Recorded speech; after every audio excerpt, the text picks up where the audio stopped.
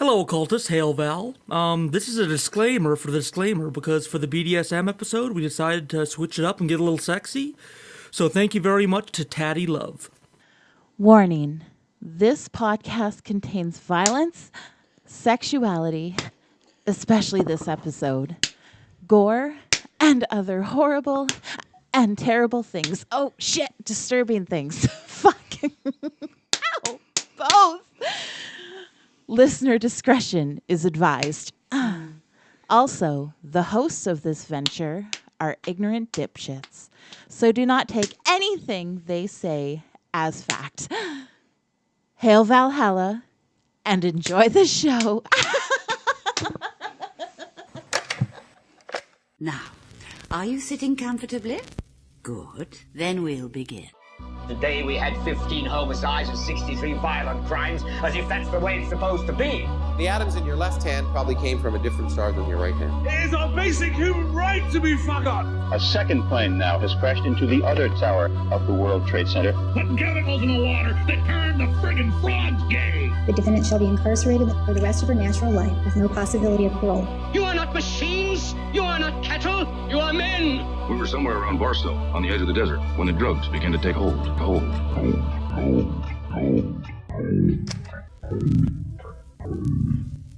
Occultae Veritatis. Welcome once again to Occultae Veritatis. I am Ood Gallifrey. Sage Murray. Leon Pilger. And in studio with us, Lidaria or Liddy. Mm-hmm. And Fire and Claws or Fire. Okay. And today's a very special episode. Usually the three of us, either me, Leon, or Sage, we do the bulk of the research and present it. But this time we have two people in that know a whole lot more than me. So I'm going to be, I guess, laying the groundwork and kind of piecing things together. But they're going to be providing their expertise and commentary throughout. We're so excited. Oh, yeah. Yeah, but before we do that, we're going to need a little bit of poison. So, what's your poison?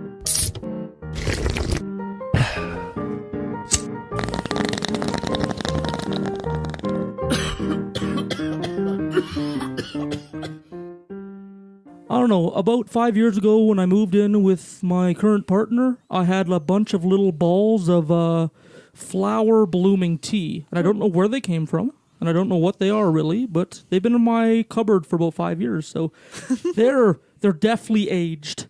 Oh, God. Yeah. Mystery old tea, perfect. Yeah. Can you pass me one of those cups right there? And I'll pour you guys out. Yeah, so I'm giving it a hot water at 10. I'd give it. Say like a 2 out of 5. I wouldn't throw it out, but yeah. I wouldn't buy it. Yeah. I gave it a 0. I would have thrown it out. Yeah. Wow. That's all right. At least we're using it all up. Now I can buy some nice, new, pretty, fresh flowers. I'd forget about it for 5 years. Yeah, I've you're not going to use them. Never rated anything a 0. Yeah.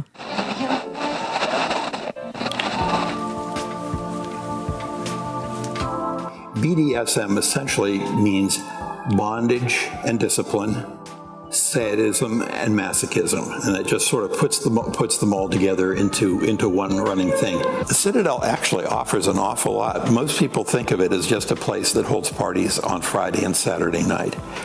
We also, however, have classes here on a very regular basis. There are little groups here. There are people who are fascinated by not being humans and playing like pups and becoming dogs. They engage in puppy play. We have a puppy play group here.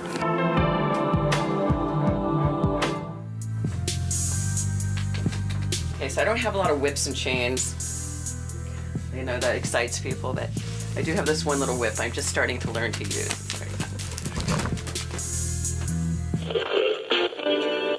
So let's dive into BDSM. I'm so excited. Yeah. So just some declarations before we get right into the episode. BDSM is a very wide-ranging topic, so we're just scratching the surface here.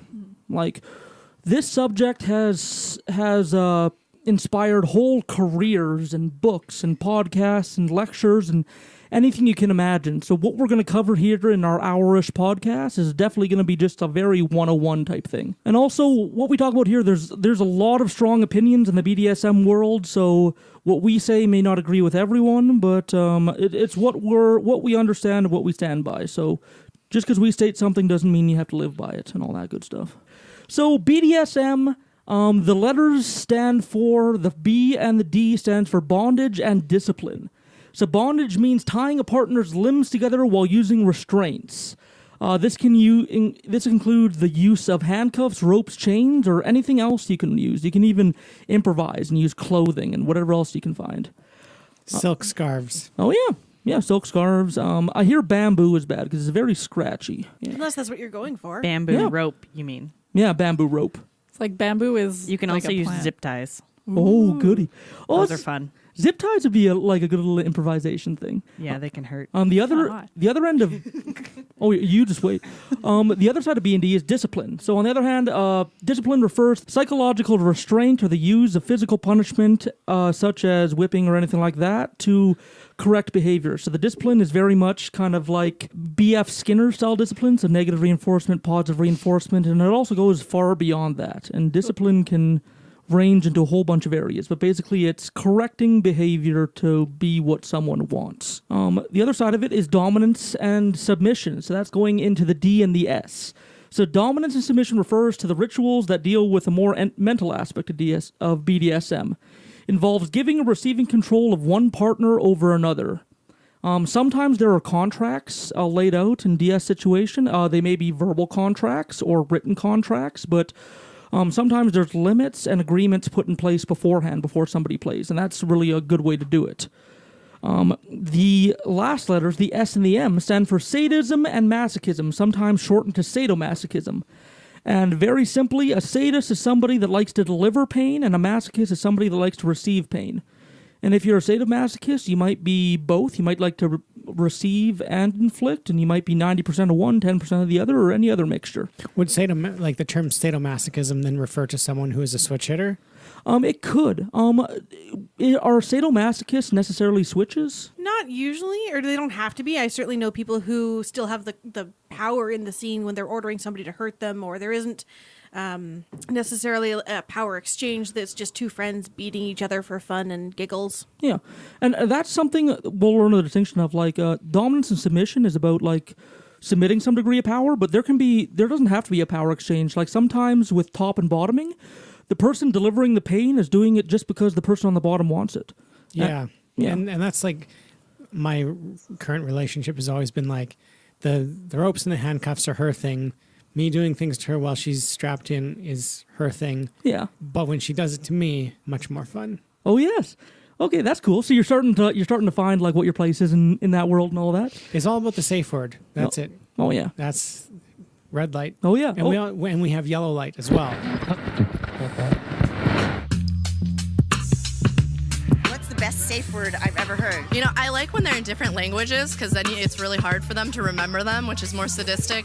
But I like when people use banana. That's probably one of the most funny ones I've heard. Oklahoma. I don't know why. It makes me laugh because it's so ridiculous. Like, why would you pick the worst state in the world to be your safe word? The best safe word? Cookie. You were screaming cookie.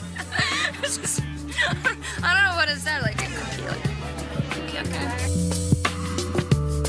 The best safe word I would have to say I've heard would be Lilu Dallas Multipass because it was a role play based off being a heroine and a villain. Somebody mentioned the safe word being fuck me, so that way it doesn't break the scene, and that's a good way to end it. Well, what's a better safe word than I'm a pussy, I can't do this.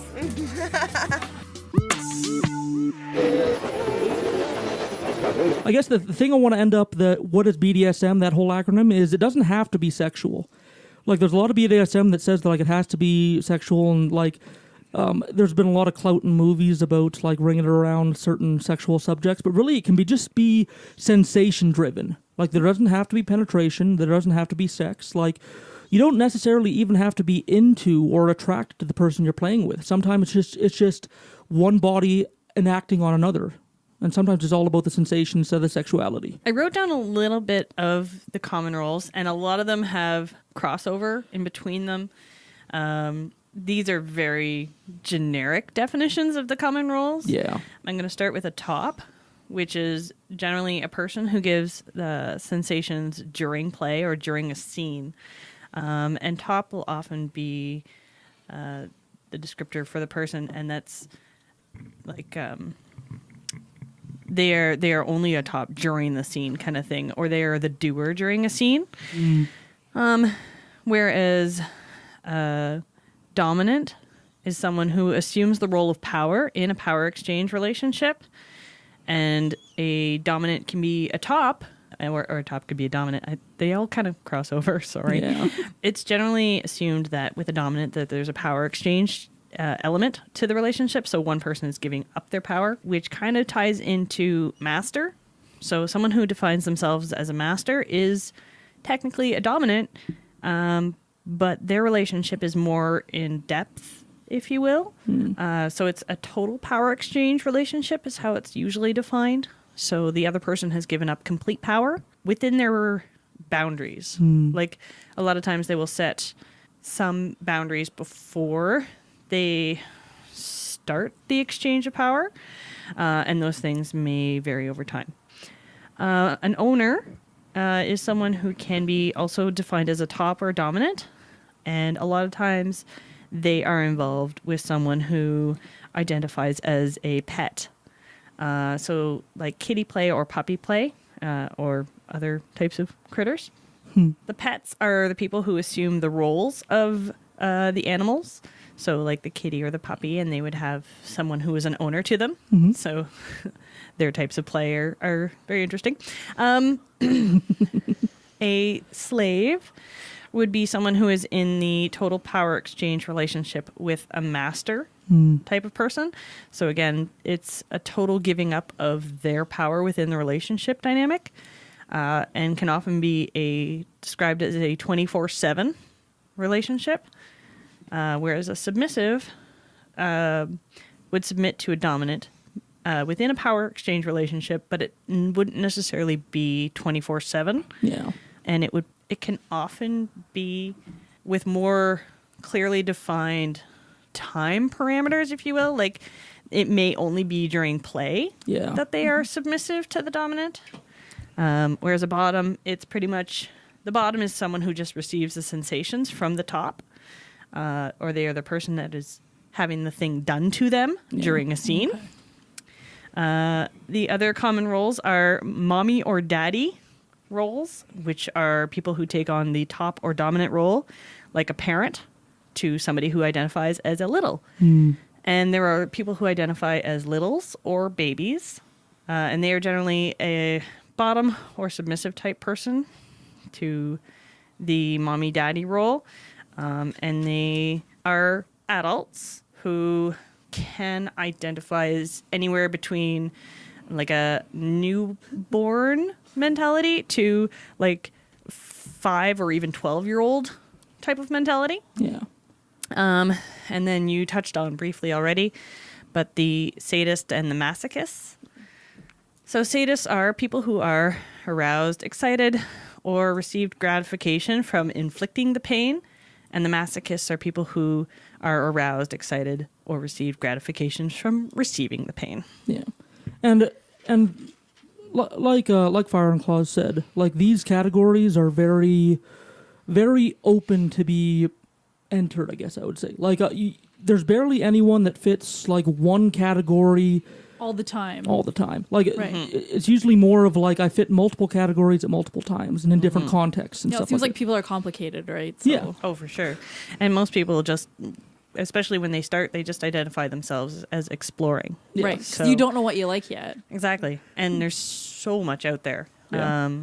So a lot of people, when they come in, they decide to try things from the bottom perspective, and they may see themselves as being submissive. But, I mean, that's how I started when I came in, and I'm generally a top now, or even dominant. So yeah, I think that reflects my journey as well. Like I now label myself as a dominant in most situations, but being new, I'm still not 100% sure if I'm a top or a dominant or a sadist, but I know I'm a mix of all three sometimes. And there is definitely like a big journey to go through. When I started coming out to stuff, I thought I was like, yeah, I'm definitely a submissive, grr, arg. And then I was like, but I don't like the power exchange so much when it's ongoing. I'm probably more of a bottom. And now I just, on FetLife, which is basically Facebook for kinky people, if you don't know, I just list myself as a hedonist because I'm in it to enjoy what I'm doing and to have whoever I'm with enjoy what I'm doing, even if the enjoyment is from fucking hating what we're doing. See, that's a good general like term, that. hedonist. Because a hedonist is just like engaging in pleasure, right? Yeah, even if the pleasure is not really pleasurable at the time. Yeah. So I guess above all else, you can put yourself exploring or hedonist, and you'd probably hit the mark pretty spot on. But noticing that you have so much of BDSM in your lifestyle already, you just don't call it that. And I'll give you a couple of examples. Has anybody ever given their boyfriend, their lover, a hickey? Right? Yes. Why? And got one. Why did you do that? To mark him. To leave your mark, because anybody else who sees that hickey there knows he's yours, she's yours, you know, they're your person. Okay? How? They're taken. And if you don't know it, I'll show you. How about, has your partner ever said, you know, if you do it again, I'm going to spank you? And you go, you know, have you ever done that? Everybody that's laughing, I know you have. Okay? That's part of being dominant or being submissive, depending on who's getting the spanking and who's sharing. There's also the piece of being a switch. You can be either or. You know, there's no rules here. Have you ever wanted with your partner and just like, give it to me hard, baby? You know, you ever done that? And I know you writers out there, I've been reading your stuff. It's like, I need thrust harder. Yes, okay. What do you think that is? That's part of being dominant. That's part of taking your sexuality to the next level. So that's really, I mean, BDSM, bondage, discipline, sadomasochism, all it is like a higher level of sexuality. Just getting to the next step, more intensity, more letting that animalistic part of yourself come out. And then if you don't like it, my rule is if you don't like it, didn't happen. Didn't happen. Or you have your little checklist and you just, you know, did that, let's try the next thing.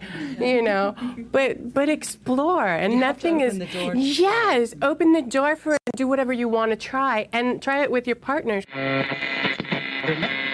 So I'm going to just quickly cover a couple of common types of play that we do under kink, and we've kind of been using kink and BDSM interchangeably just because they're both mean fairly similar things. Kink is a little bit more of an umbrella term, but it's pretty commonly used. Also, it's fewer syllables, and it's got the letter K, which all make me happy. Mm-hmm. Priorities, right? Yeah, I guess it's a big more of an inclusive Big Tent thing. Yeah.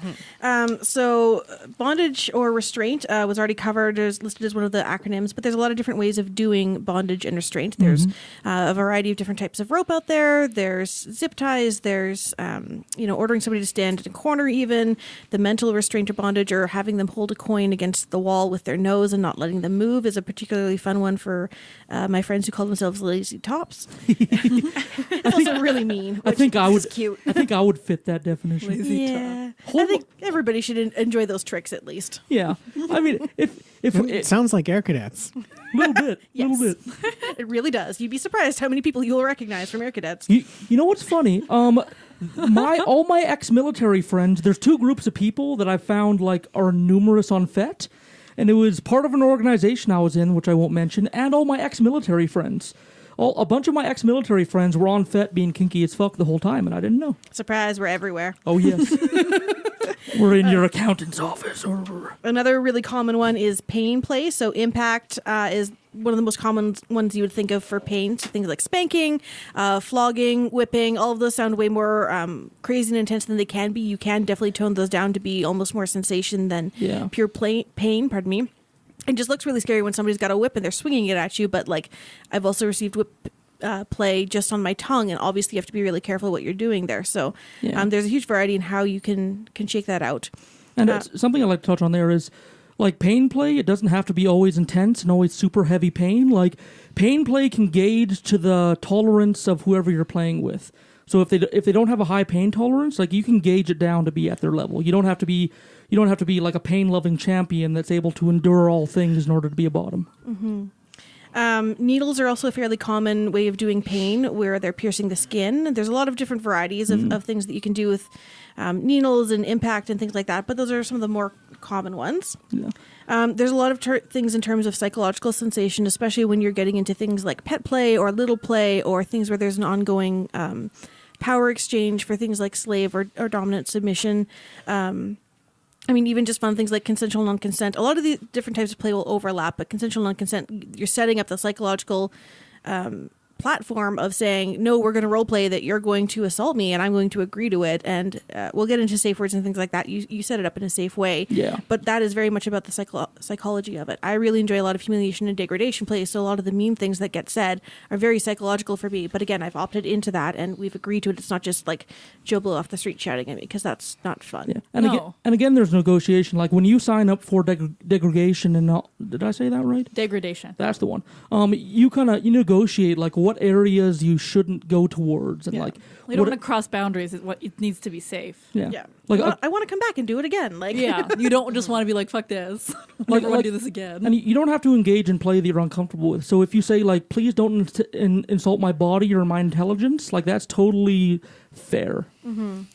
And another really common one is things that are more fetish specific. So things like latex outfits, foot worship, even some pet play and stuff I've seen falls under that in a lot of ways. The outfits and especially for pony play, it seems to be a little bit more about the aesthetic and the wearing of all the gear and all those things. And it can be unbelievably beautiful, the pieces that they put together and very much so. Contraptions. Yeah. And it seems strange, but I heard a quip from somebody who went somewhere for a weekend, and she saw like somebody doing pony play and horse play, and like they were very gently being brushed, and their owner led them down to like the watering trough to get like a drink of water and all that, and it was very gentle and peaceful play, like a person interacting with a real horse and all that. I've also seen pony play where the pony hates being a pony and hates the attention, and that was really fun because again that pushes a lot of my buttons, which I just like. Someone's suffering. Yes, that's part of the fun, though. Yeah. At the end of the day, all these different things tend to poke towards our pain tolerance and our endorphins and play with all those endorphins. And even if kink and BDSM aren't for you, in a lot of ways, the endorphin chase that we get from it is really similar to a runner's high. So if you don't understand why kink is your thing, that's cool. But like, think about it, the people who love exercise. I hate going to the gym, but I love kink. So I understand why people like the gym. It's just not my choice. I'd rather have somebody do the hard work and hit me instead. Yes, I'm a sadist, but I'm a sadist because I know they want it. Mm-hmm. You know, it's like I wouldn't be doing this. But does it give you pleasure to inflict pain? Yes. Okay. Well, but see, I don't call it pain. Yeah, it's not. See, as a sadist myself and a masochist, but as a sadist, I achieve pleasure from inflicting the pleasure that someone gets from the pain I offer them. That's what if they don't like pain? But would you do it just for your pleasure? No. What about you? Besides money? I need the response. I'm a response junkie myself. The pleasure comes from the response of the person I'm with. And that's true whether I'm playing with a client or a play partner. But I have taken somebody... See, you're talking about... Anything, whether you're a top, bottom... Yeah, exactly. But I don't call it pain. I don't call it pain anymore. I mean, what do you call it? I call it endorphin manipulation. It's a sensory intensity. Well, even if they don't like pain, they're going to get that endorphin manipulation from you. They are, but it's, the thing is like, okay, let me give you an example. Be misdirected. The thing is it's how you look at something. And it's often very hard to eroticize something that either you don't understand or you fear. And the way I feel that I play, and this is just me, I don't know anybody else that, has expressed it this way, but whether it's with a client or a play partner, this is why I took pain out of it, because I used to always be afraid of pain until somebody started punching me in the pussy and I squirted all over the place and had the best orgasms I possibly had. I'm like, that's not painful. Punching with their fist? With their fist, or kicking me with their boot right into my cunt. I swear to you, it is something that I never in my entire world thought that I would ever get off on sexually, and I do. But it's really about looking at something in a different perspective. A lot of people really need to let go, so they need that quote unquote pain or that sensory intensity to get into subspace. Okay. Or to get into the right headspace to appreciate it. Mm-hmm. But it also depends on the type of person you're playing with. I have one person who is the ultimate slave. That is his goal. He's a very high-powered person. He's not a client. He's a personal play partner. He saw me as a client the first few times, and then we decided that, we liked each other better as friends and would rather have the more intimate interactions. And it's like, his goal is to be the best slave ever. He wants to do whatever it is that his dominant for the time wants him to do, whatever pleases them. Within his limits, he can't do anal sex or anything like that. So he doesn't fuck people, and he has a wife who is aware of his needs, and she doesn't dominate him. She's a spouse, but he comes to me occasionally to play, and he plays all over the city. He's known for being a slave, but he can't take pain. He's not a pain slut. Our session was me caning him, and he was enjoying that he was making me happy because I enjoy caning. But he expressed when we took a break that he couldn't figure out how to get past the pain. And I says, because you're fighting it. And what people don't understand is that you fight what you fear. You know what I mean? You fight what is something you don't comprehend or understand. If you take the fear out of it and you change your mindset, then it's not pain. Well, yeah, the body's natural reaction is to shy away from pain or harm. But one of the problems with a lot of people is being able to let go. And in this role as a submissive, I told him, okay, instead of thinking about taking my cane wax, think about your position. So I made sure he thought about his position, and every time he moved out of position, I would remind him, and he would get back in there.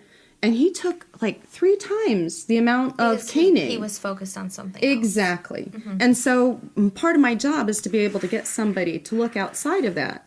So pushing their limits. Well, it's like getting a tattoo. Like, I totally like getting tattoos. Oh, I know. I want the artwork at the end of it. I don't want the I know. tattoo. I like the pain of the I know what you're yeah. talking about. No, getting tattoos fucking sucks. Right. But you forget about it in time for the next one, and then like a minute in, you're like, fuck, right, shit. Well, it gets sore, and then it gets hot, and then you get to a place where the endorphins start to reach your brain, and then you sort of half enjoy the rest of it. No, I like it from the very beginning, all the way through. But the thing about tattoos that's is similar to kink is you get that lasting pain after, like you can after a really good scene where you get that lasting bruise and stuff. And I hate the lasting pain of a tattoo. Actually, it feels like a really bad sunburn to me, and I'm just a big ass wuss about that kind of stuff. But the lasting pain from a scene when I'm sore like 3 days later and my partner's not around, but I can feel them. That's a really great connection. Yeah, and you see like, I guess, pictures that would be scary to people who aren't familiar, like pictures of bruises or cuts or like injuries from like kinky play and all that. It seems scary and it seems like knee-jerkingly abusive, but they asked for it, they liked it, and now they have something to remind them of the experience. They can kind of like rub against their bruise and be reminded of what they've went through. Well, it's totally consensual. That's the main thing. Like, it's not scary or... Oh, it can be scary. Well, like a good scary. It's not like someone like breaking into your house, unless you've set this up ahead of time. Yeah. It's like roller coaster scary, not break-in scary. Yeah. Like like it's something that you're kind of expecting, something that you're into, and you can say no at any time if you don't want to go through with whatever. And there's boundaries, and it's safe, and I'm into that. Safe-ish. Yeah.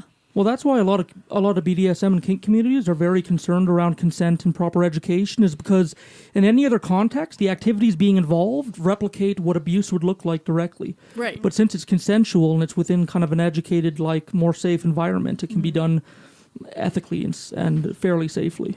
Like, or if we're wrong, like I don't know much about that level of the BD. Obviously, I'm pretty like boring and vanilla. Just talk over the Monica. Fire. It's fine. Oh yeah. No, we literally tell us to like shut the fuck up. Yeah, just like do that's this cool. if they're too loud. We encourage interruption because sometimes we don't know what the fuck we're talking about. Rarely do we know what the fuck we're talking about. Especially not in this context. Like, you're not in the community, are you, Leon? Like the BDSM community? No community. I have a ping pong paddle that gets smacked with from time to time. Oh, that's nice. Ping pong paddles are good. Yeah, well, I like stuff like that. I like getting also, tied up, but not abused. Like tied up and then pleasured, where I can't escape, but Hmm. I'm not actually being hurt. I like to like have my hair pulled, like painful. Those are both definitely things that can be included in kink. Mm-hmm. A lot of that would fall under the general sensation stuff, which I mean, that's a lot of what I started with was general sensations. And I mean, sensations can be anything from soft and fluffy, like a paintbrush, or like a car wash mitt, Like soft and fluffy when your partner's blindfolded. That kind of thing is nice because it brings out the sensations and you're concentrating on what it feels like. Yeah. Right? It doesn't necessarily have to be pain related. It can be about the tingles. Yeah, it can be soft and fluffy and gentle. Yeah. Sweet. And again, whatever you want to engage with, you can ask for in the BDSM community. So if you're more into sensual play, like especially with how much the community has grown, there's probably somebody out there that you can have some fun with. I see. Okay, so we mentioned a few terms in our introduction here, so I'm going to go a bit more into depth on a few of those. So these are some common terms and definitions. And like I said, we could spend not only a whole podcast episode, but a whole podcast season on all the different terms and definitions and kinks that are out there in BDSM land. So I'm going to cover some very basic ones.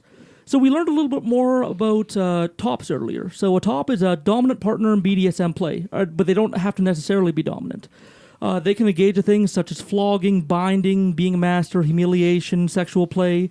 And tops are mostly people who apply stimulation to another. You said being a master, and I think I would probably disagree with that. A lot of people who top aren't masters necessarily. No. Oh, that's fair. And a lot of the nice thing about topping is it's a little bit lower pressure. So I occasionally service top my friends, which means I'm doing it because they want to experience a thing, but then I don't have the pressure of a power exchange where I need to be responsible for them. I'm like, I'm just gonna hit you with some things that you like to be hit with, and you let me know how it goes. Cool. Yeah, service top is like going to the drive-thru and be like, I'll order one spanking, please. And then the service top is happy enough to deliver. Topping is like it's during the scene. Yeah. Right. So it's it isn't necessarily involving any kind of power exchange. Mm-hmm. It could be somebody who's like Lydaria mentioned, someone who's doing it as a friendly gesture. Mm-hmm.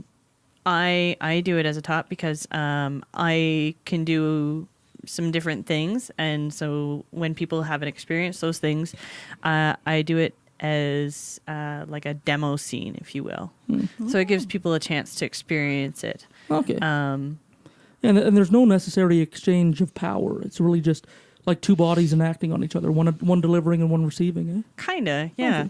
Okay. It's more about just like during the scene, there is a bit of a power exchange, just because I usually tell the people that they can't move. Mm-hmm. But I wouldn't consider myself a dominant of that person. That's fair. Yeah, and then they're two different but equal roles. Yeah, for sure. Is that kind of? Yeah. Okay. Because there's trying to work it out in my brain. So if I'm wrong, just tell me. Yeah, the top's basically in charge of what's going on, and they've negotiated obviously with the bottom. But again, there isn't that power exchange. They aren't expecting service per se. It's much more about clicked in. Yeah, the like this is the thing that we're going to experience, but you aren't serving me as a person. We are doing this experience together, and I'm in charge of running it. And your responsibility is to tell me what works out and what doesn't at the end of the day. Oh, okay. I get it now. Yeah, thank you. That cleared it up for me. We could talk all day about this, so yeah, we should move on. And on the other end of that is dominance and submission. So in DS relationships, both parties take pleasure and erotic enjoyment from either dominating or being dominated. But it isn't necessarily erotic either. Right. Yeah, that's true. It can be perfectly non-sexual and can be just about submitting power to another. Experiencing experiences. Yeah. Like I have some friends who are specifically service submissives, and they will go into your house and they will be perfectly happy cleaning up and scrubbing the baseboards. And that's all they want from the relationship, and they want you to tell them that they've been a good person. Yeah. And that's it. Yeah. Those are the sort of friends you should keep close to you because they're amazing. Oh yeah. And they're a service submissive, but they're not my service submissive. Yeah. Fair. And like Fire and Claw said, it doesn't have to necessarily be sexual. It doesn't even have physical contact. That doesn't even necessarily have to happen. You can do tasks for the person. You can be given orders and receive them over text message or any other electronic way, telephone, email, other messaging system. Sometimes there's dominant and submission relationships where the two never meet. Like there's certain sections of FET where people just message each other and one serves the role of the dominant and one of the submissive, and they just give and receive orders and have fun that way, like as long as they want. Well, I know that like Satana, Val, she sometimes has people just come in and like clean her house, or they'll like watch her play video games kind of thing. Oh wow. That really? Yeah. That easy. That's pretty good. Yeah. Oh yeah, there's lots of different hungers in the world and those willing to satisfy them. Right. Yeah. Yeah, so dominance and submission is more about giving up power, while top and bottoming is more about, I guess, the sensation of it. Is that right? Is that a good summary? I see incredulous looks. I think you might be wrong. I want to nail this down. It's not. You're not going to be able to. It's impossible to nail down. It's going to be different for each individual and different for each region and different for each country. And so, I mean, and then they each flow into each other too, right? Like where exactly is the line between a bottom versus a submissive versus a slave? Like they all kind of flow, and they can be somebody's journey, or they can just kind of like wibble wobble back and forth, or have components of one and not the other. Or they could be only that way with one person. Oh yes. Or in one situation. Or one scene. Or I mean, you're not going to nail it down. So I mean, may as well just. Yeah. This is a general term. Yeah, they're kind of ever moving kind of Venn diagram like things, eh? Kind of undefined. So that's cool. I like that. Oh yeah, yeah, and yeah. I don't know many people that get really uptight about how people define themselves, because I think most people have, I guess. I don't know, it seems like most people that I've met have a sense that most people are exploring and still finding their role and all that. Exactly. It's a lot of self-exploration. So whatever the person identifies themselves as at that moment in time, that's their truth, right? That's where they're at currently in their journey. Yeah. So, I mean, that could change tomorrow. I mean, that could change in a year, but, it's wherever they're at that point in time. Yeah. And what they're comfortable with. Yeah. And like this is I guess going into slave owner and masters, like is that thing loud on the thing with the stuff and the trains? The sky until stuff? It goes away. Well, the good thing about these mics is they're dynamic, so they usually only pick up stuff right in front of them. That's good. Yeah, it's been easy editing because the background noise isn't too bad.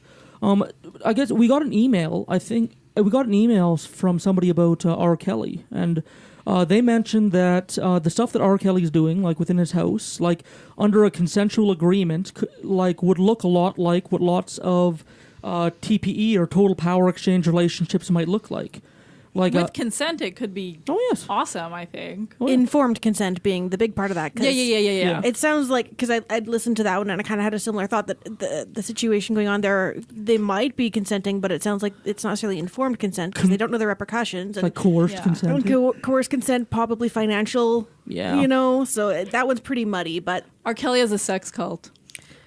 He has people, like a bunch of young, pretty things, just living in his house, and they aren't allowed to contact their family. And they have to, like, wear sweatpants and turn and face the wall when other men are there. And they aren't allowed to be in certain rooms, and it's really weird. Yeah, it's pretty sick. Yeah, and and by really weird, I mean uncomfortable, because these women haven't necessarily agreed to it in full, and they aren't allowed to contact their families, and so they're cut off from all these lines of communication, so it's textbook emotional abuse, which is very concerning. Right. Yeah.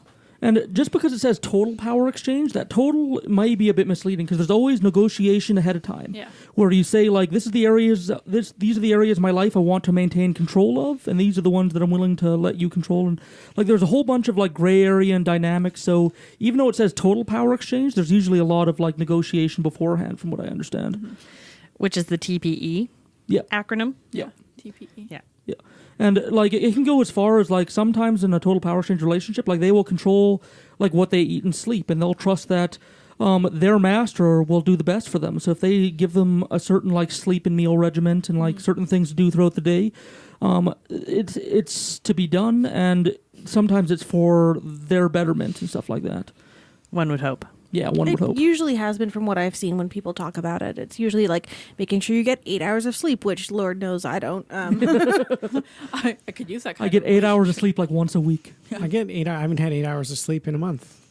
And you won't. I'm going on 4 years and still haven't had 8 hours of sleep. Yes. I had a baby a month ago and I haven't slept since. Oh, congratulations! I look forward to another 9 years of not sleeping. Yeah, at least. You're coming back in November though. So congratulations. You're coming back from your maternity leave. Good luck indeed.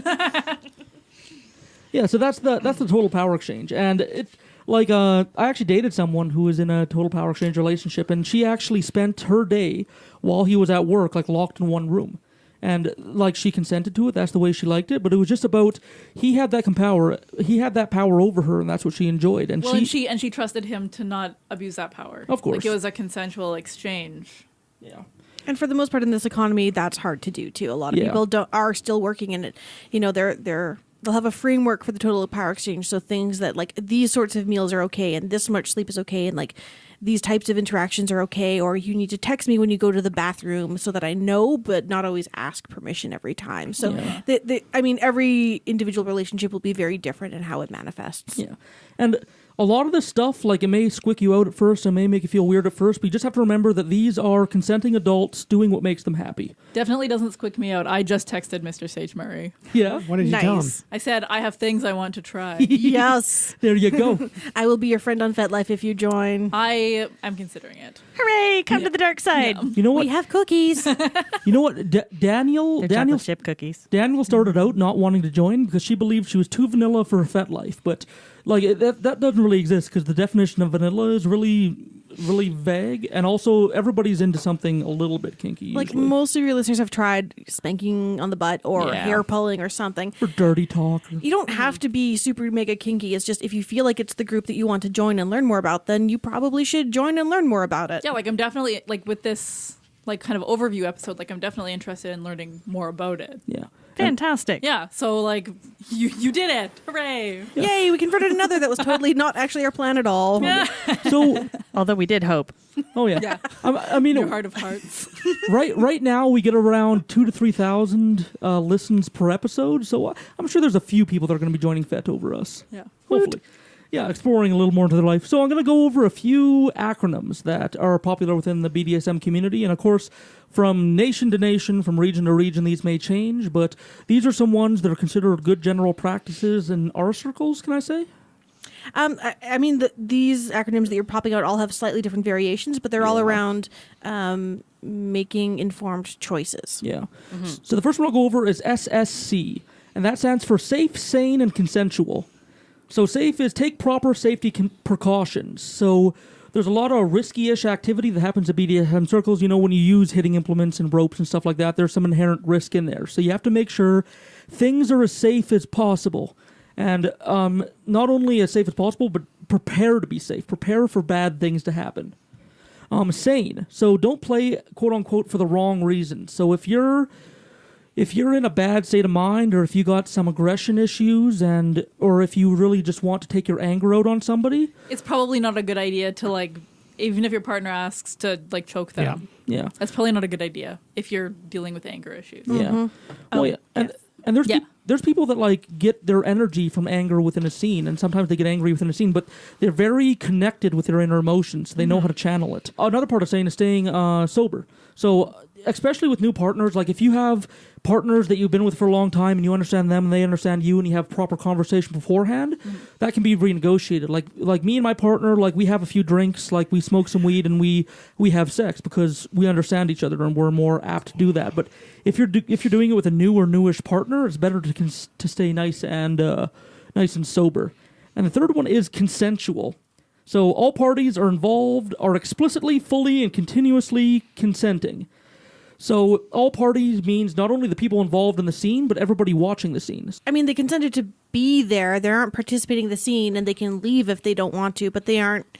We don't need their consent to play. Yeah. They have the option of removing themselves. I think they're not comfortable, they should just walk away. Yeah.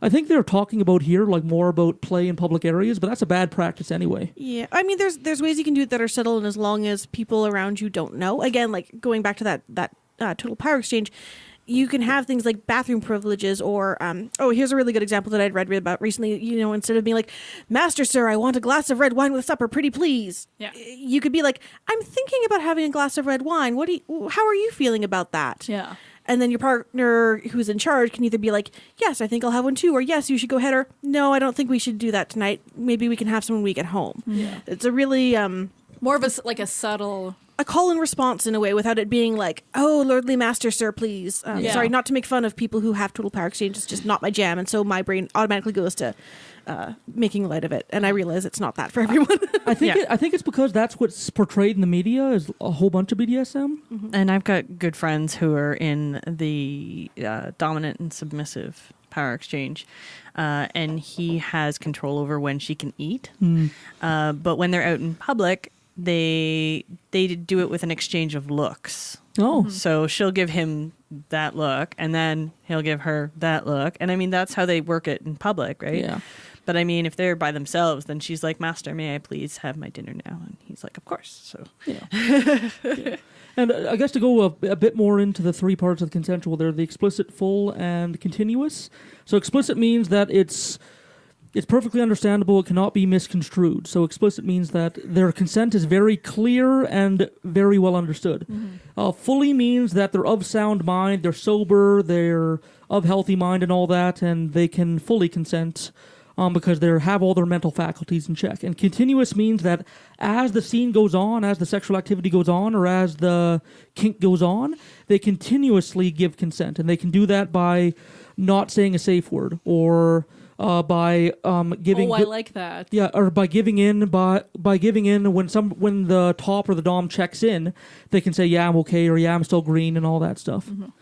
Consent is hot. Oh yeah. The second one is RAC. So that stands for risk-aware consensual kink.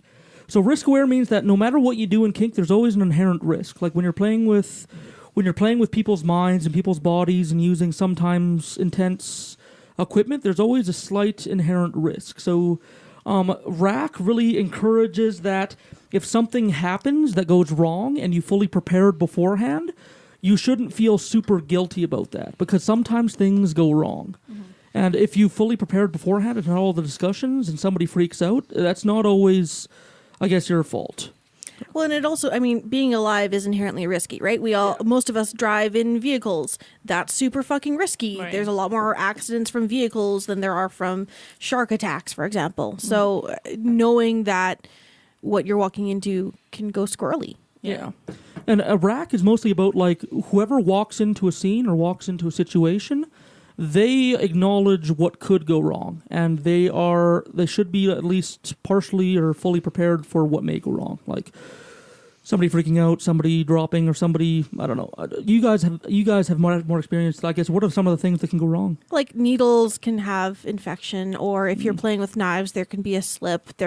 Even just with impact, you can hit the wrong spot and hurt somebody. Even if it's not a permanent hurt, even if you're just like, "Oh man, I'm sorry, I didn't mean to hit that spot." Like you just. It comes down to personal ownership too, right? Yeah. Own up to the fact that you fucked up and learn from it is huge. I think showing growth and showing ownership of your own mistakes and of the things that you need to change is really huge. Yeah. I think owning up to it and admitting your mistake would be a lot more respected than trying to hide it or deny and all that.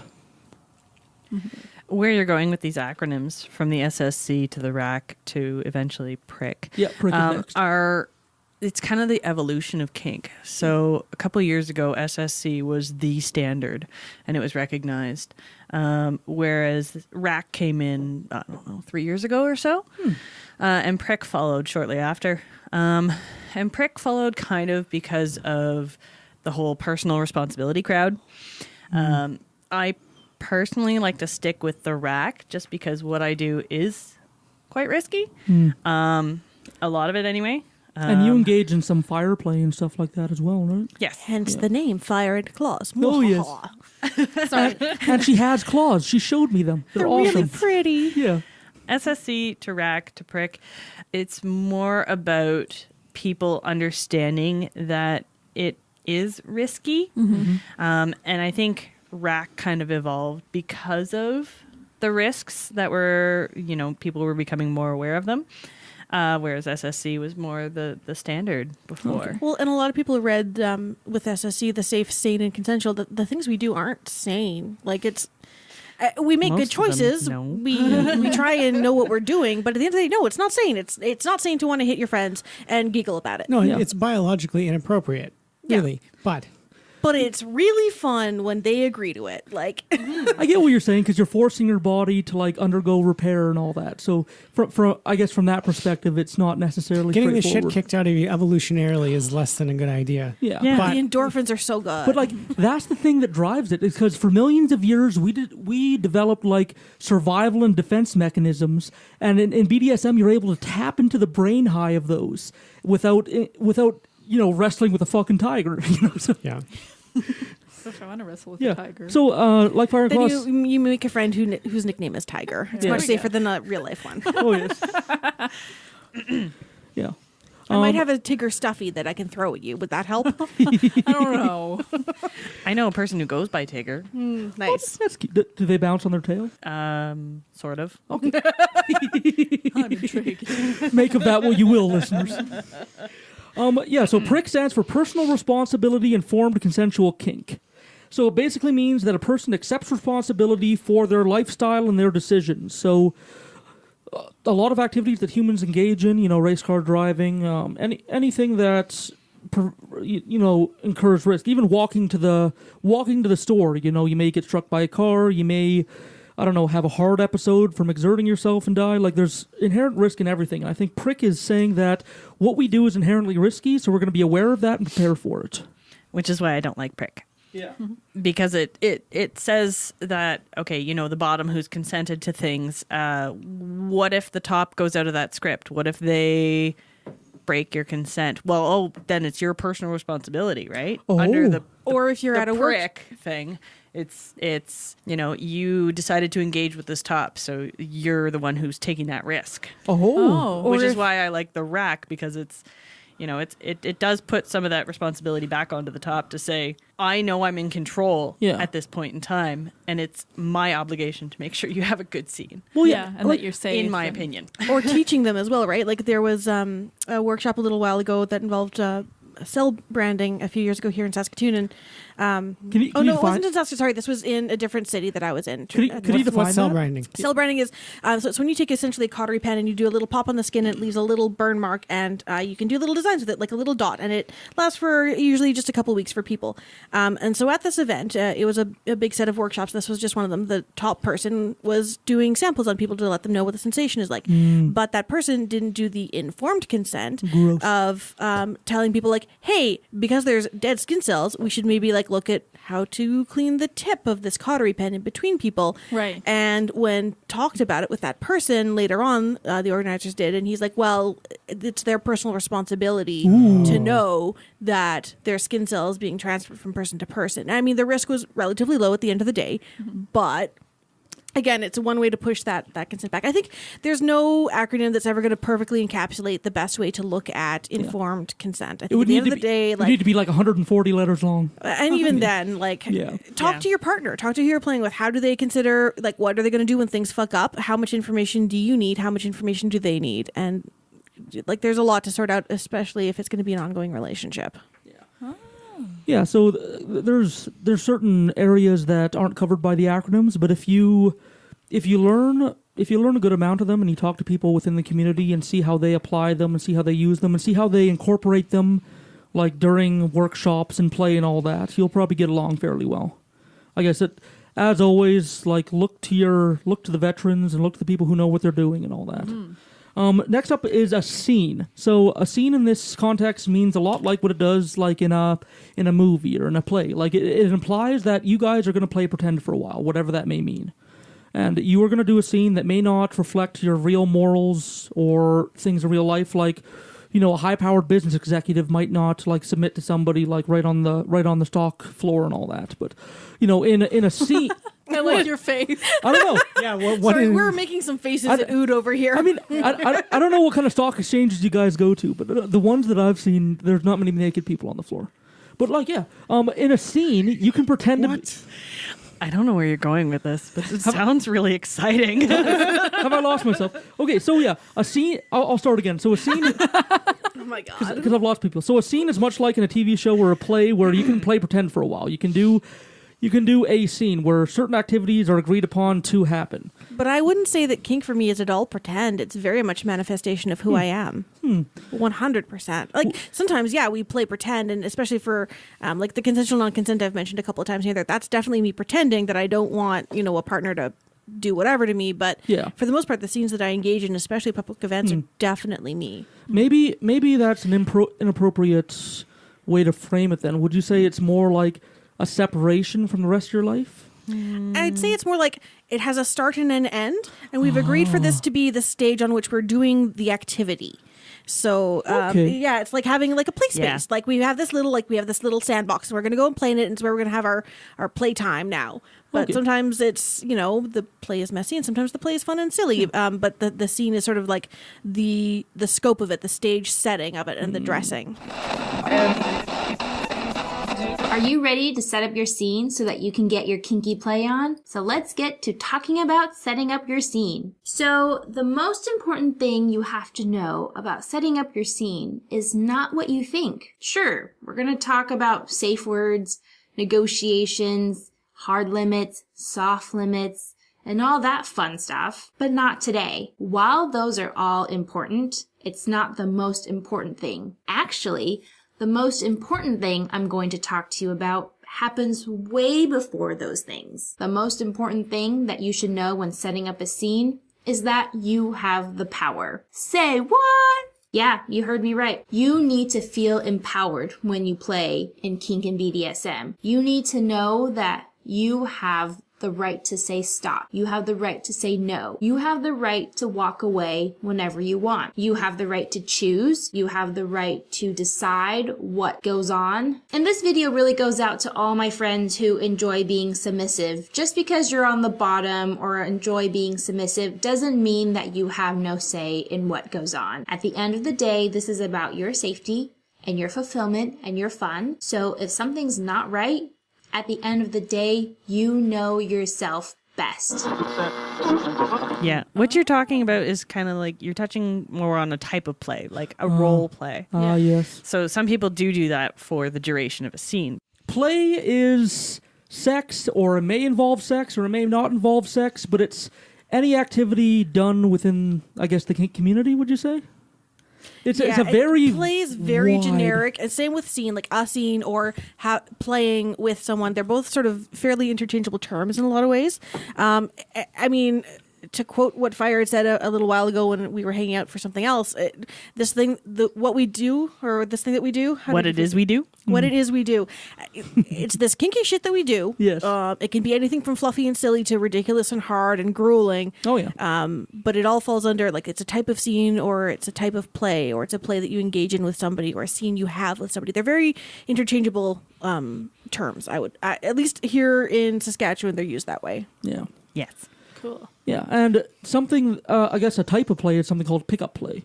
And that's where you may go to a play party or a workshop or an event or something like that, and you would play with somebody that you may not have, I guess, much experience with. So pickup play would be like, I go to a party, I meet Ladaria at the party, and we say, hey, how's it going? Did you want to try this type of play? And we do a quick negotiation, and then we go and we do the play and we do the scene, and then we're done. Yeah. And it could be that we've played before, but we just hadn't planned that night on it. I've certainly had that happen. I've got a friend who we often end up playing together at play parties, but we almost never plan it in advance. It's just like, oh, hey, you're free right now and I'm free right now. Like, let's do a thing. And I'm like, yes, the thing is great. Yeah. Cool. Mm-hmm. Yeah, and it's like I said, it's one of the things that I guess is conflicting with like my vanilla life beforehand. Like going to a party and being able to go up to somebody and say like, hey, would you be into me spanking you and all that. Like it's kind of beyond the norms that most people are used to. But it's really weird. And like, so you mentioned play party, which I don't think we actually have in our list of definitions, but it's basically a group of kinky people getting together and being able to play or have scenes with other people around. Yeah. And there's often limitations on what can and can't happen, but that's usually where like pickup play would happen. And it is really weird to go to one and be like, these are all my friends. They're all in various states of dress and various states of arousal, and they may or may not have like a sexual energy going on. And they're all playing with well, not all, but a lot of them are playing with endorphins, and it's fun and it's weird. Yeah. But it's also okay to go up and be like, hey, I'm really curious about this thing, or hey, I really wanted to try this, or what would you think about this, that, or the other thing? The idea of that party makes me nervous because I'd be afraid I was the llast kid standing and no one would pick me. A lot of people don't play at all. Yeah, it can be just a social thing too. When I went to my first play party just a little while ago, I didn't. Well, I had some needles stuck into me, but that was more of a morbid curiosity thing. But most of the time, I just sat and had a beer and just talked with the other people at the party. And every good play party really needs voyeurs too. We would like an appreciative audience. Like, don't scream and throw popcorn at us, but enjoy what's happening. Mm-hmm. Yeah. So let me explain what hard limits and soft limits are as quickly and as cleanly as possible. A hard limit is something that you know you will not do. You can only know a hard limit from a place of absolute peace and calm. If you're really excited and you come up with a hard limit, then maybe when you're really down and depressed, the hard limit vanishes. Likewise, if you're really angry when you come up with a hard limit, then later on, you're really happy and the hard limit vanishes. So you need to be in a calm, clear, down-to-earth place when you identify your hard limits. Things that you know for a fact, under no circumstances are you going to want to do that. That is a hard limit. Typical hard limits for people involve certain kinds of play, certain kinds of extreme play. Maybe you're really into floggers, but you hate paddles. Maybe you love canes, but you have absolute restrictions against any sort of even just seeing a knife, even if it's just on the barely dragged across the skin. These are typical hard limits that people make. A soft limit, on the other hand, is when you see something that you might want to try, but you feel like you need more trust between yourself and the other person. So a soft limit might be, I've seen someone get sensually caned. The idea excites me a lot, but it's also scary. So maybe after we play with a lot of other toys and I see how much skill you as the dominant have, then maybe I'll want to try caning, a sensual caning. Another person might say something more extreme. I like sensual caning. I've never tried a hard caning. I'm kind of scared, but I want to try it sometime, but not right now. That is a soft limit. For a dominant, a soft limit might be, well, mainly I'm into very traditional high etiquette, high protocol domination submission, but this new partner loves animal play. They want to be a pony, they want to be a puppy, they want to be a kitten or something else. And even though I'm not very experienced at it, I would like to do that. I'll try it. I'll see if it floats my boat as well. So not now, because I want my new submissive to learn my protocols, my system of etiquette, but as we spend time together and I get to know you, then yeah, let's try it. Well, we'll spend a weekend trying a whole weekend of animal play, something like that. This would be an example of a soft limit of the dominant.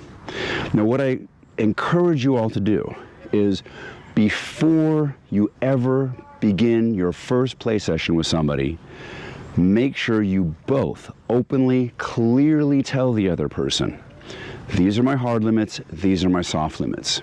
If you're a highly experienced dominant and you have a very new submissive and they try to tell you, oh, I have no limits, bullshit, okay? There is no such thing as somebody who has no limits. Every single person who has ever said that to me, when the push comes to shove, oh, they definitely have limits, but they may not know them yet. So guide them into that calm space, sit down, chill out, and help them identify their limits. Ask them questions. You can be silly about it. If they say, well, I think I just want to try everything, you can say something like, well, do you mind if I put you in the back of my truck and we drive over a bunch of really rough ground and you go bouncing up and down in the back of the truck for 3 hours? And if they're like, yeah, no, that doesn't sound fun at all, then you say, okay, there you go. You see, that's a limit. So guide them and help them and nurture them into finding their limits. It doesn't have to be a lot. It's important that you start off in the very beginning knowing what some of your limits are. Stingy versus thuddy pain. So stingy is a piercing, cutting stripe of pain, burning, blazing of heat, largely felt on the surface of the skin. Stingy is a very apt term, so it's usually a fast blow with a small impact area. See, I'd say cutting is a very different sensation than stingy. Yeah. Big time. So if you've ever accidentally snapped yourself with like a rubber band, that's a really stingy pain. It's really sharp. It's really, it comes and then focused. It goes. Yeah. Yeah. Mm-hmm. And it's very much like, it feels like it's very much on the surface of your skin anyways. And then thuddy is something that's usually a bit deeper down and a little bit more spread out. Yeah. I'm really wussy about stingy sensations, but I do like sharp sensations, which are a unique kettle of fish on their own. So things like scalpels, which I don't do a lot of because there's a huge risk, and so you need to make smart decisions about it. But I have a horsehair flogger that for me feels very sharp in the sensation that it hits with, but for somebody else they might find it stingy, or they might be like, this is boring and thuddy, why are you try harder. So everybody's skin will find different sensations very different too. There's some general camps. Most people find suede falls on a flogger fairly thuddy or a whip fairly stingy, but There's some variation in terms of people's skin. But yeah, I'd say stingy is more like a rubber band would be the closest example. If you ever wanted to just try it on yourself, just be like, ping. They are the sensation. That is like that is the way that they feel. Like it, and you can get different sensations from the same flogger, but depending on generally how you use it. speaking, a thinner fall on a flogger Yeah. will be more stingy. Okay. Whereas a thicker fall on a flogger will generally be more thuddy. Okay. Paddles can be thuddy. Paddles can be stingy. Depending on like how you use them. How you use them and how you And the how you material it's hit made with of, them and the material shape, the it's made with, size. and- yeah, exactly. Yeah, and it's all about getting to know the person that you're playing with and all that, and seeing what kind of pain they It's- like. When you feel it, you'll know it. Yeah, Mhm. I know that's it. Like there's certain workshops. Like one of the ones that was held in the past was a bottoms workshop where a bunch of people were able to go through and feel different kinds of sensations and pains. And I think that'd be useful to go through just to kind of learn what the different types are. I guess gain some context. Another term is munch and slosh. So a munch is basically just going to a restaurant or a place to eat with people from your community or FetLife or the kink community or anything like that, and you eat and talk.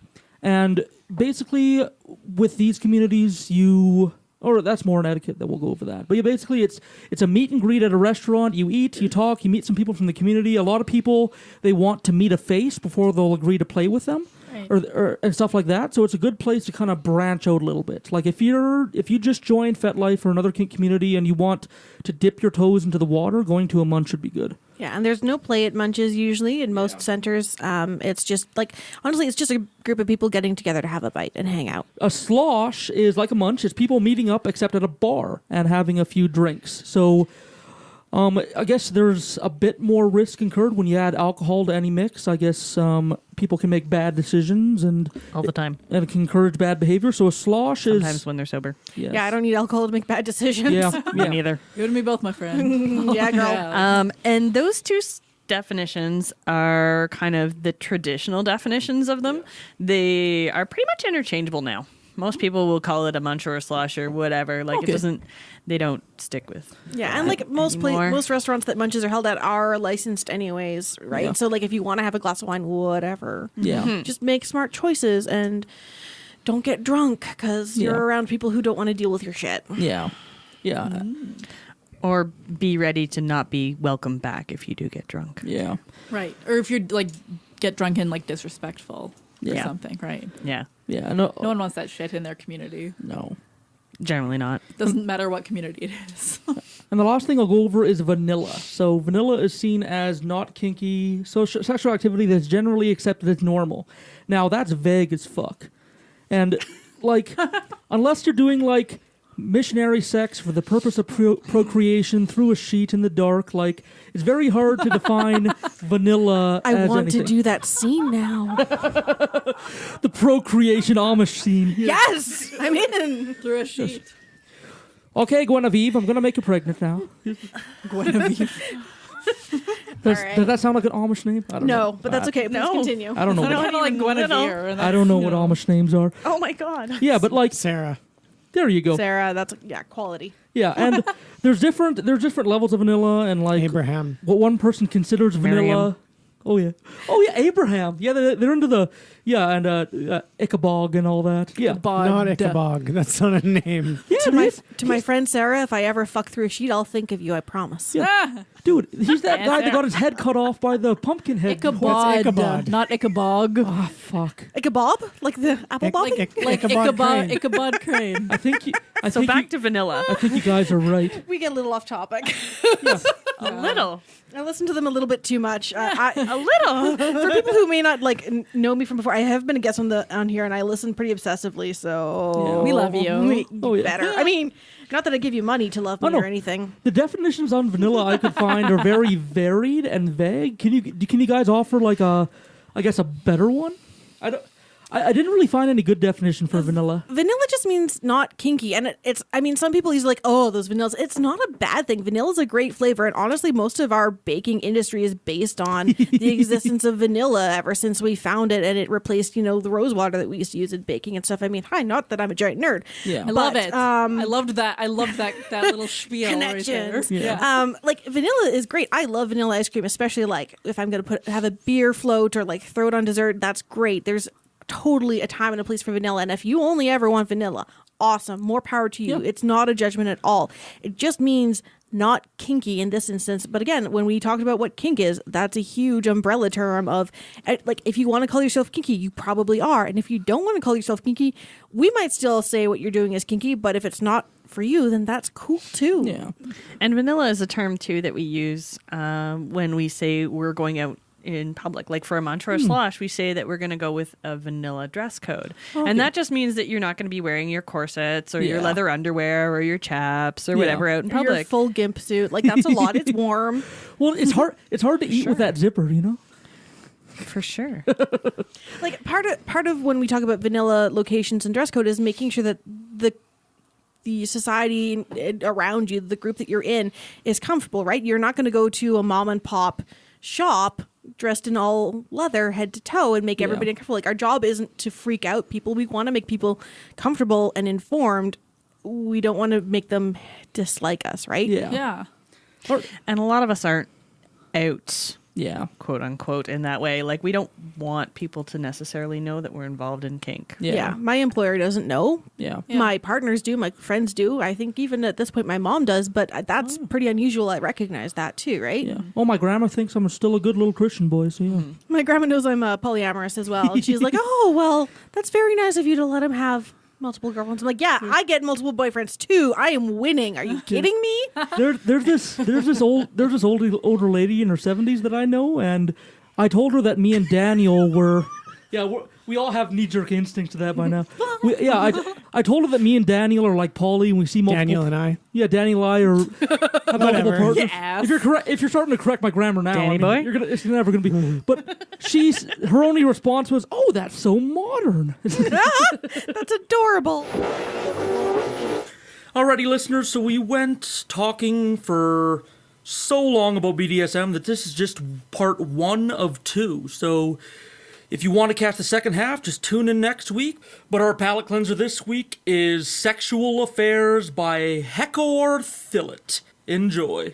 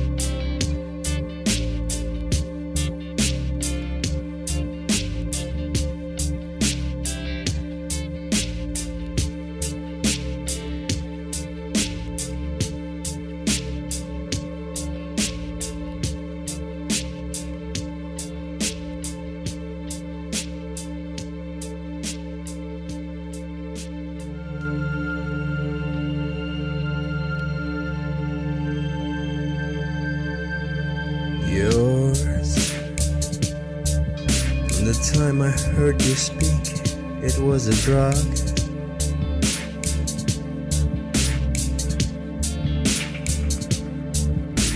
True, I couldn't stand your airs and fit. It melt me all. It melt me all.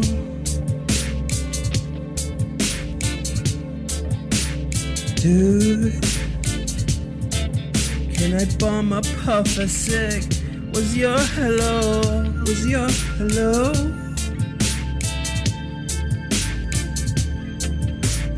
bummer, when your girl became the topic of my crush.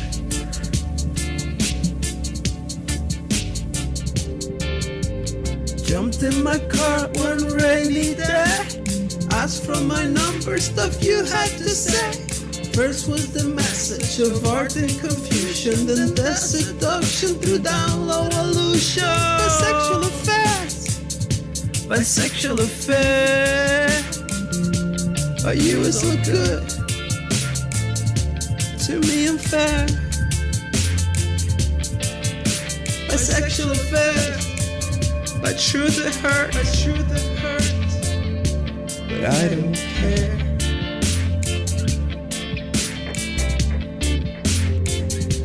But I don't care. Bisexual affairs, but you were so good,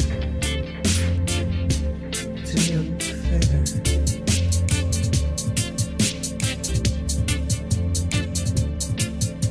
Bisexual affairs, bisexual affairs, but I don't care.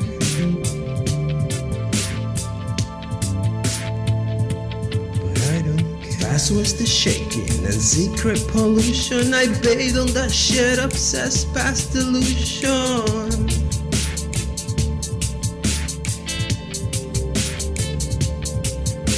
I made you a monster, you're just a cushion. I laid on that shit, came to this plain conclusion.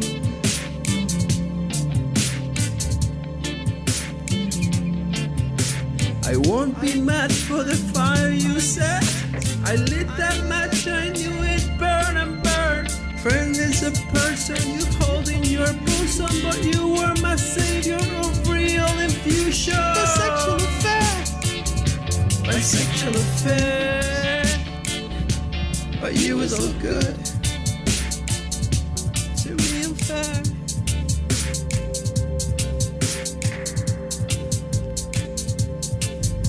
Bisexual affairs, but truth it hurts, but I don't care.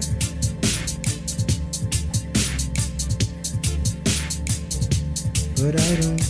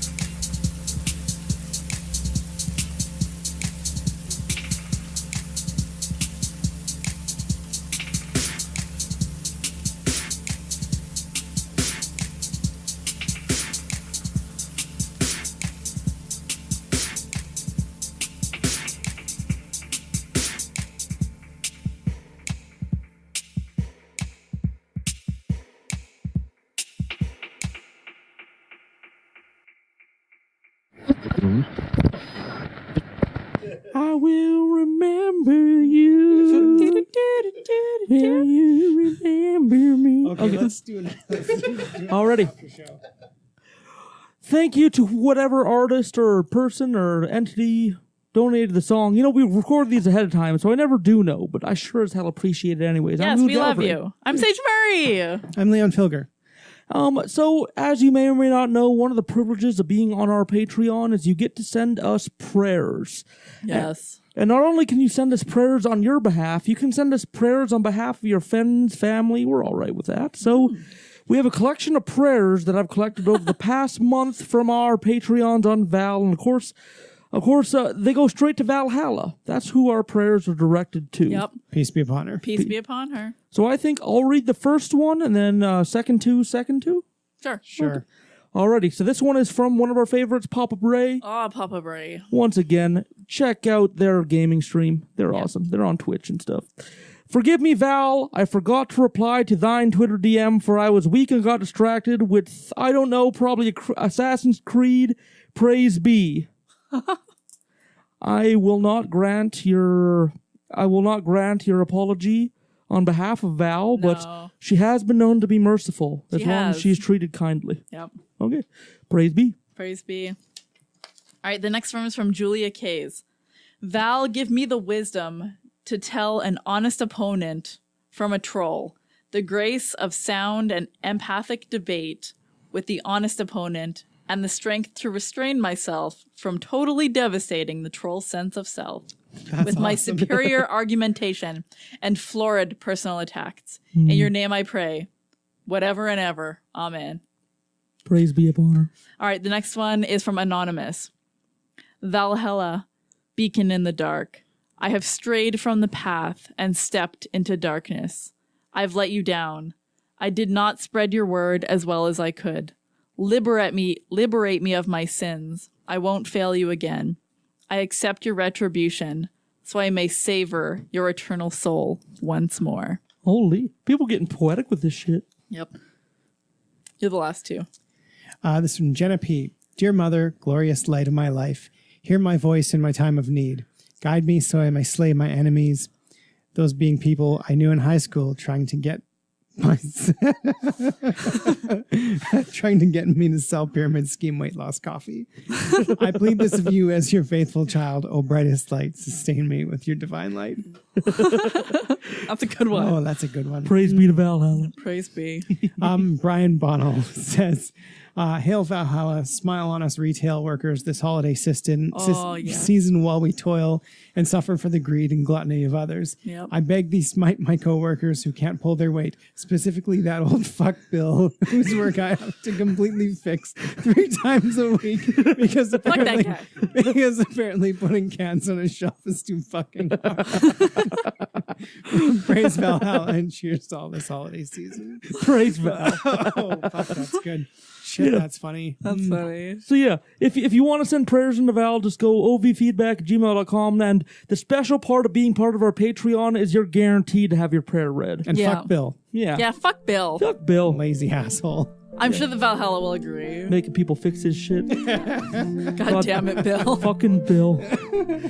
Okay, with the after show, I've been Ood Gallifrey. Sage Murray. Leon Felger. Good night. Love you, bye.